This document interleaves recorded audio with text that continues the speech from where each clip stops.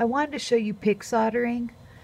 Pick soldering is what you would do if you have a very fragile piece and you don't want to put a lot of heat on it. So right now I'm going to do this pattern wire, and it's a little beaded pattern wire. It's pretty thin, and so I'm going to go ahead and pick solder it.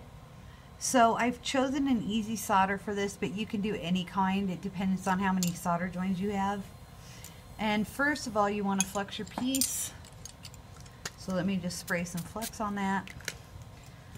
And down over here is my solder. So I have a small torch tip on here. And what you do is you come in here until it rolls up, and then you pick it up with your pick.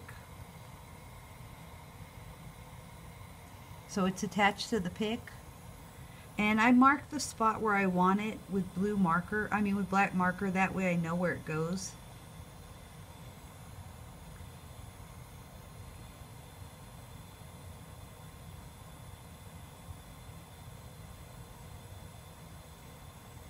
And it already flowed. So that's how you pick solder. It protects the rest of your wire or anything fragile you may have.